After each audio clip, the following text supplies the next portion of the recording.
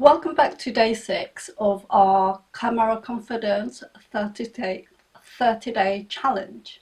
And this morning I was watching a video, like I do most morning as part of my morning routine, to watch something spiritually uplifting that will help set me up for the day.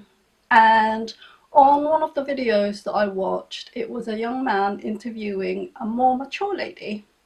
And his question to her was, what is the one thing that when you were younger you put a lot of priority on, but now realize it's not that important?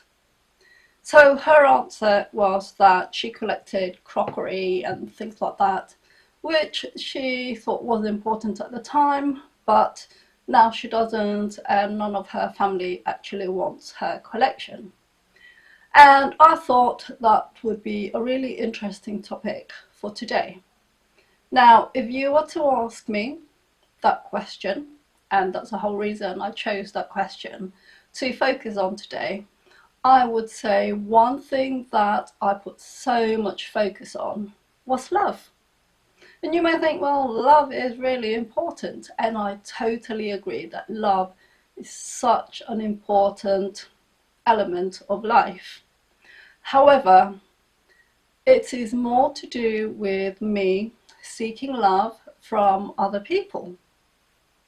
Now, it was Dr. Bruce Lipton, again, another one of the spiritual teachers of our time, who I heard this phrase from Aristotle the first time. And the phrase goes that, give me the child until he is 7, and I will give you the man.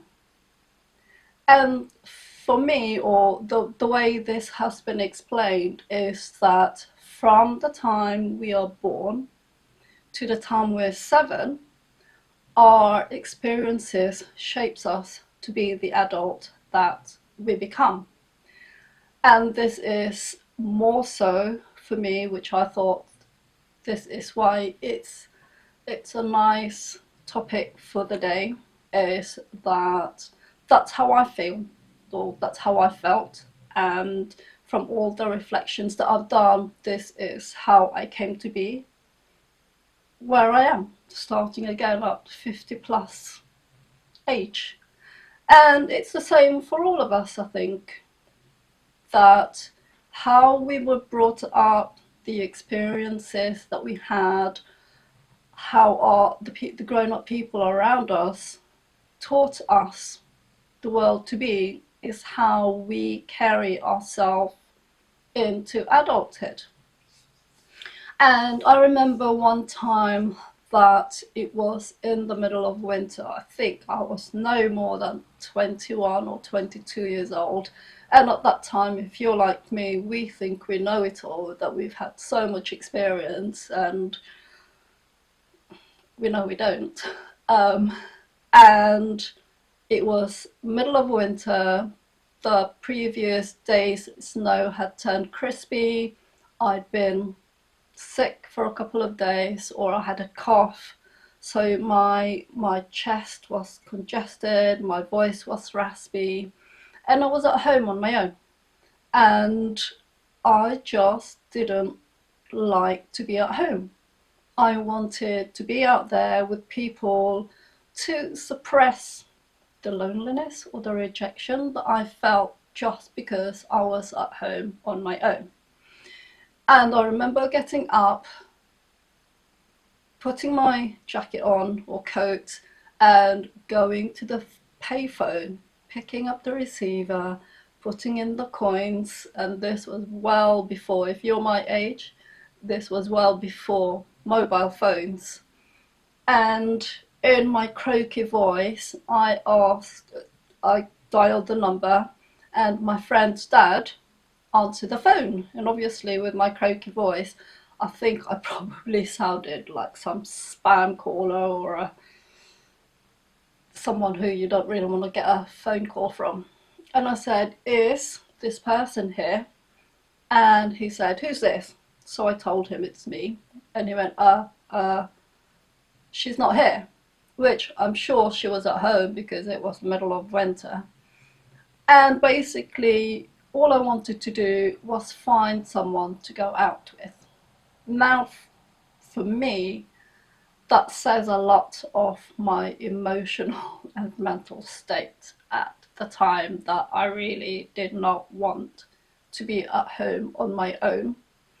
And it reflects the fact of how lonely I was and how desperate for love and attention I probably was, to be so ill and so wanting to be with people, to go out and suppress those feelings.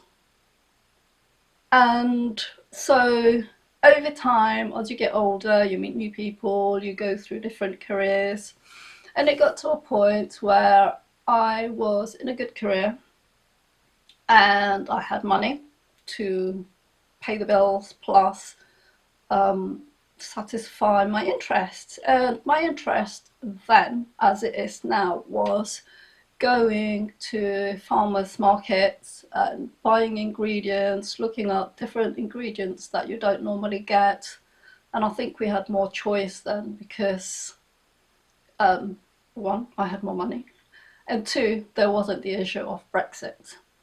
And things were relatively a lot cheaper than they are now. So I enjoyed going to the market, and I used to be full of energy with, big baskets of vegetables. I was so proud to walk home with these vegetables.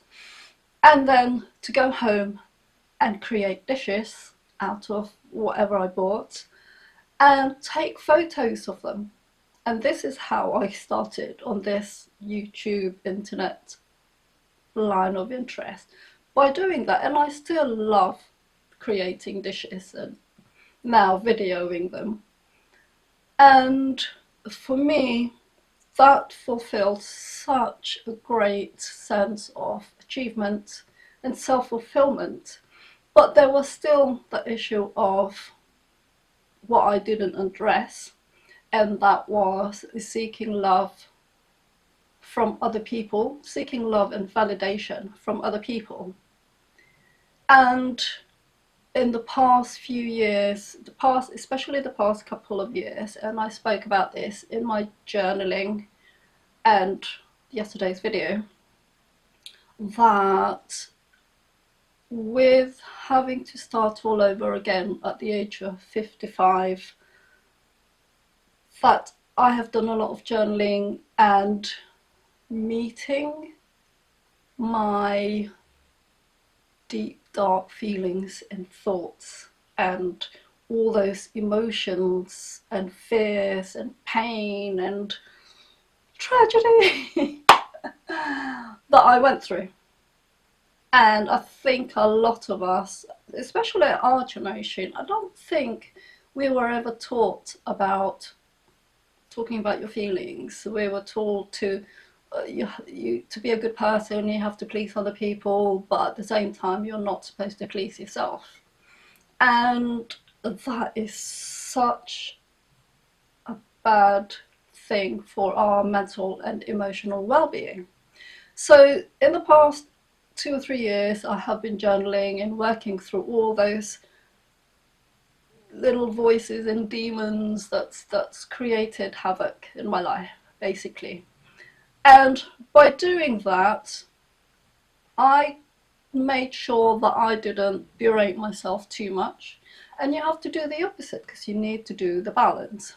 So I also looked at, okay, if I got taught that I'm this person, what am I really like? And I listed, or I thought and reflected about the sort of person I am. And I came to realize, actually, I'm thoughtful, I'm kind, I'm caring, I have interests of my own. I was the first one in my family to get a degree and a good job. I can talk about a lot of topics. As you can see, I can talk. And I think this is partly why that, I can't remember whether it was yesterday or the day before that I said that I turned into a hermit being on my own, and I love it. But I also have interest in other people and finding out what other people interest other people, because for me that opens up a new world. And so doing this, I found that the one realization is that I do like myself, and all the times that I've been looking for love and validation, I was actually looking for myself. And it's good to know that I've finally found myself, and the importance um, of loving myself. And that's why you know, I'm no longer looking for love from outside, because I've got to like myself, and my goal is now to give the love to myself that I never had before. And you can probably hear noise because my family are back, so I'm going to have to cut this a bit quicker. Um,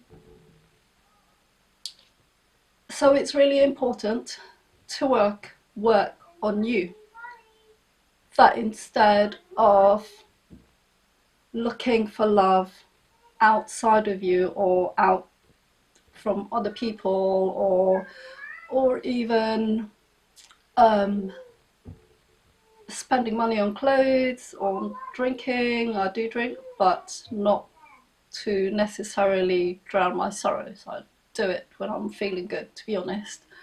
Um, so what's really, really important is, instead of spending money or looking for people or doing something out there to fill that gap, you need to start focusing on yourself. Why you feel like this, what happened in the past,